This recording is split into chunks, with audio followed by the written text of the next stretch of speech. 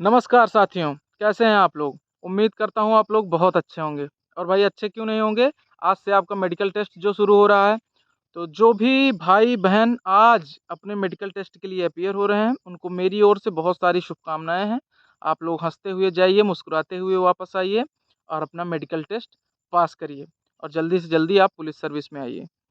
और 2 मिनट का मौन उन शोक संतप्त लोगों के लिए भी जो जो अभी तक ये कहते नहीं थे, मेडिकल करवा के दिखाओ, जब तक एफिडेविट ना सबमिट करेंगे मेडिकल कहाँ करवाएँगे घंटा?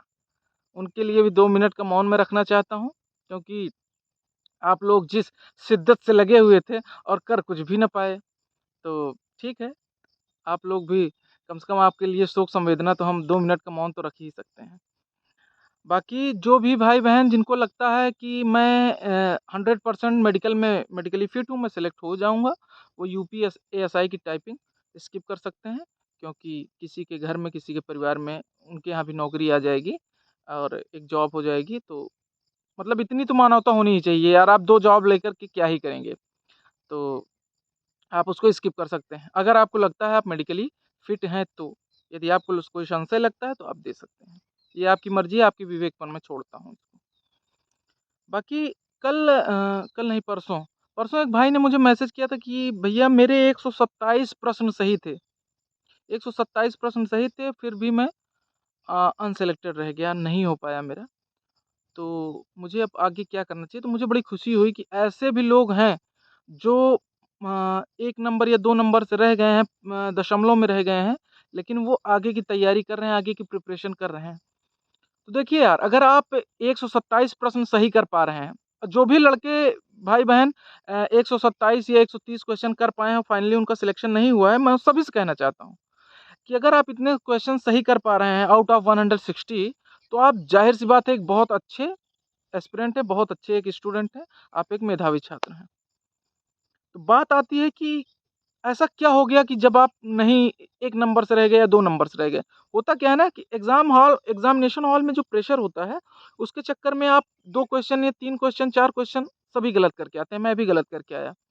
बहुत सारे लड़के 4-5 क्वेश्चन गलत करके आ जाते हैं, वही क्या होता है फाइनल मेरिट में आपको दिक्कत पैदा करता है।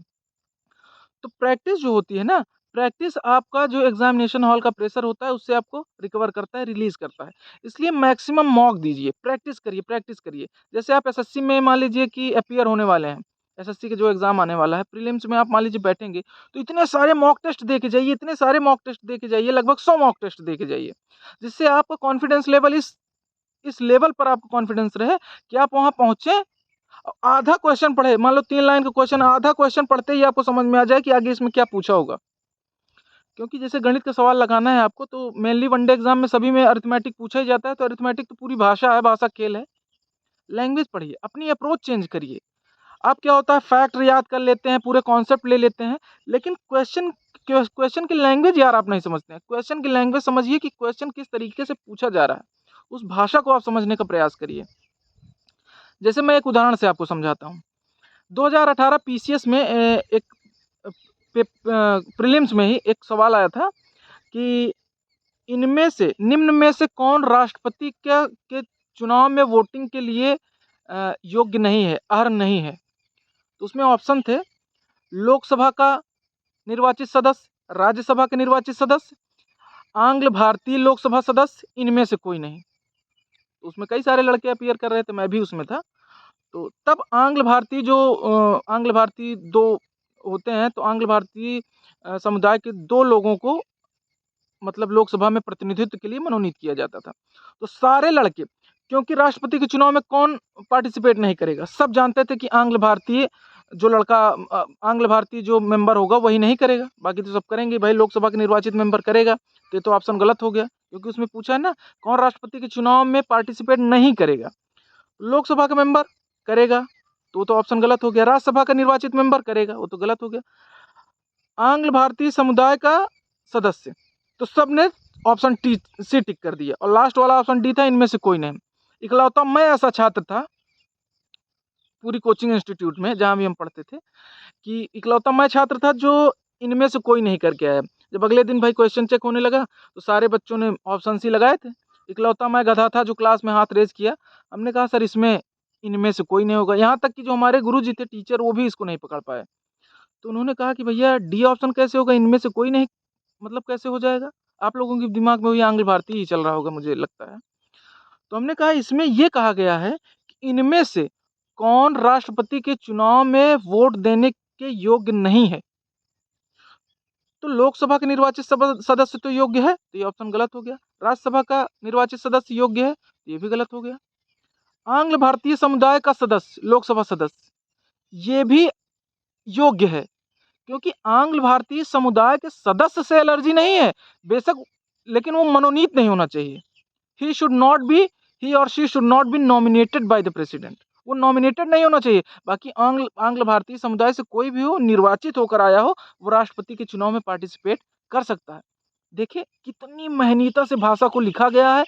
मतलब शायद 1000 में 1 बच्चे 2 बच्चे ऐसे रहे होंगे जो इस भाषा को इस लेवल पे पॉलिटी को पढ़े होंगे कि इस भाषा को एग्जामिनेशन हॉल में इतने प्रेशर में उसको समझ पाए होंगे और सही कर पाए होंगे। मुझे ऐसा लगता है। तो गुरुजी की भी हमारी आंखें खुली, उन्होंने कहा हाँ यार तुम्हारा सही है। और जब आंसर किया ही तो ऑप्शन डी ही सही माना गया था। तो ऐसे होता है। तो आप पहली चीज़ तो अपनी भाषा पकड़ बनाइए। प्रैक्टिस क्यों करवाई जाती है? प्रीवियस ईयर क्वेश्चन क्यों लगाइए? क्योंकि प्रीवियस ईयर क्वेश्चन जब आप लगाएंगे तो आपको समझ में आएगा कि क्वेश्चन का ट्रेंड क्या चल रहा है, किस तरीके के क्वेश्चन आजकल एग्जाम में पूछे जा रहे हैं। बाकी अगर आपको लगता है कि एग्जाम हो जाएगा तो बहुत शुभकामनाएं आपको, आप पढ़ते रहिए। क्योंकि जब होता क्या है, आप सिलेक्शन से क्यों दूर रह गए? जो एग्जाम करवा रहे हैं मैं उनसे बात कर रहा हूँ। क्यों आप सिलेक्शन से दूर रह गए पता है? क्योंकि थोड़ा देर आप इंस्टाग्राम भी चला लिए, थोड़ी देर आप फेसबुक पे पोस्ट भी कर लिए, है ना, राजनीतिक पोस्ट। उसके बाद किसी का कोई कमेंट आ गया तो उसकी रिप्लाई में भी आप अपना टाइम गंवा रहे हैं। यूट्यूब पे कॉमेडी वीडियोस देख रहे हैं, और भी बहुत सारे स्नैक ऐप और जो जो चलते हैं, टिकटॉक वगैरह जो भी चलते होंगे, वो आप उस पर अपना टाइम वेस्ट कर रहे हैं। इसी वजह से आप 1 नंबर 2 नंबर 4 नंबर से 4-5 क्वेश्चन गलत करके आ गए। क्योंकि जब आप अपना टाइम वेस्ट कर रहे हैं, अब मैं बताता हूँ आपको, जब आप यूट्यूब पे सर्च कर रहे होते हैं, कोई यार महाशय मिल जाता, कोई आदमी मिल जाता जो एक बार कह देता कि री एग्जाम 100% होगा, तो थोड़ा सा तुम्हारे अंदर खुशी आ जाती। जब तुम ये यूट्यूब पे सर्च कर रहे होते हो, तो हमारे जैसे लड़के, अभी कल ही मैं 350 सवाल लगाया हूँ स्पीड टाइम डिस्टेंस का। कोई भी सवाल उठा के पूछ लो, लगा दूंगा, क्योंकि एसएससी का पेपर आने वाला है। जाहिर सी बात है हमको तैयारियां करनी है। यही होता है, यही डिफरेंस आ जाता है। तुम 10 घंटे पढ़ के अपने आप को सोचते हो यार हमारे जितना कौन पढ़ता होगा, मेरा सिलेक्शन कौन रोक पाएगा। तुम्हारे बगल वाले कमरे में एक लड़का 15 घंटे पढ़ रहा है, तुमको पता ही नहीं है। तुम 15 घंटे पढ़ रहे हो, तुम्हारे बगल वाले कमरे में 18 घंटे पढ़ने वाला लड़का बैठा है, वो सिलेक्शन ले जाएगा। तुमको लगता है हम ही सबसे ज्यादा पढ़ रहे हैं, ये गलत सोच है। वहीं आप फेल कर जाते हैं। तो यार मैक्सिमम जितना, मतलब खाने पीने और अपनी नित्य क्रियाओं के अतिरिक्त जो भी समय मिलता है, सिर्फ आपको पढ़ना है, क्योंकि कंपटीशन बहुत ज़्यादा है। अगर आप पढ़ेंगे नहीं तो फेल कर जाएंगे भाई, सीधी बात। और फिर वही आएगा ना, धांधली हो गई, नहीं तो हम पास कर गए होते, धांधली हो गई पूरा। 60% धांधली वाले लड़के आ गए। यार 1000 से ज्यादा बच्चों के संपर्क में तो मैं हूं, मैं खुद। किसी के पापा ऑटो चलाते हैं, किसी के पापा ड्राइवर हैं, किसी के पापा फार्मर है, सभी फार्मर के ही लड़के हैं ज्यादातर, किसी के पापा नहीं है। तो ऐसी ऐसी समस्याओं से गांव से बच्चे हैं, मेहनती बच्चे हैं, सब सिलेक्ट होके आए हैं। लेकिन वही है कि अपनी कमजोरी को छिपाने के लिए, मोहल्ले में अपना माहौल टाइट करने के लिए धांधली हो गई, नहीं तो अब की हम खेल दिए होते। धांधली वांधली नहीं हुई भैया। जो गलत लोग थे, मैं फिर कहता हूँ, वो सारे के सारे बाहर कर दिए गए हैं। आप चाहे इन्वेस्टिगेशन हो जाएगा तो वो सामने ही आ जाएगा। वैसे होना कुछ भी नहीं है, आप लोग परेशान ना होइए। सारे भाई बहन अपना ईमानदारी से मेडिकल लें, सबको सिलेक्ट होना है, चयनित होना है, पुलिस सेवा करना है, समाज की सेवा करना है, जो भी असहाय लोग होंगे उनकी मदद करना है जीवन में। तो मेरी बहुत सारी शुभकामनाएं जो भाई बहन मेडिकल के लिए जा रहे हैं, मेरी बहुत सारी शुभकामनाएं उनके लिए भी जो मार्जिन से अनसेलेक्टेड रह गए। आने वाले परीक्षाओं के लिए मेरी बहुत सारी शुभकामनाएं। आप भी आगे बढ़िए, मेहनत करिए, ज़िंदगी में अच्छे मुकाम हासिल करिए। ठीक है? जय राम जी की।